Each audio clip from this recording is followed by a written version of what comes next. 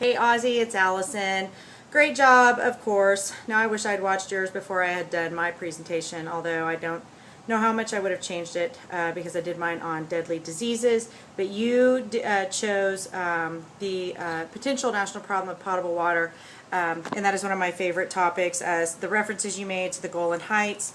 Also one of my favorite topics just because of conflict in the Middle East.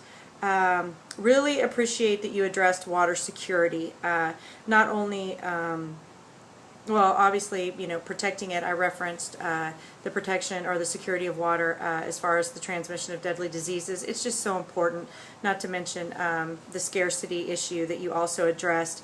Really liked your risk management level of interest, risk equals threat and capacity. That was great addition in there, and it does present a clear risk. I completely agree with you on that. It's a huge source of contention between Syria and Israel as well. Matter of fact, Israel and almost all of its neighbors. China, great point. You stated, well, you quoted someone as saying skyrocketing demand. That is something I had not thought of, and I know that a lot is happening with China with respect to resources and pollution and all of those things, but I had not really thought about the water situation there. Impact on the U.S., huge.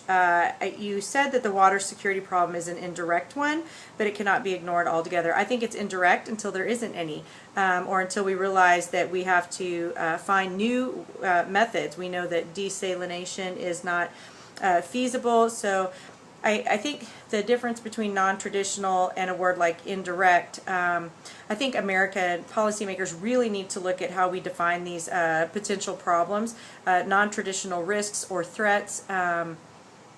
Just because they're non-traditional or there may be an inability to figure out the timeline does not mean that it will have an indirect effect. I'm not disagreeing with what you said. It's just provoking me to thought. Sorry, I'm having to use my phone because I'm on travel right now. Appreciate the references to snow. Appreciate also the fact that you didn't say 5,000 times like I did. So anyway, you're right. All countries depend on national resources, and we've got to take care of them. We've got to be able to work together, and that has a huge effect on globalization, or I should say globalization will have a huge effect on it. Thanks, Ozzie. See you around.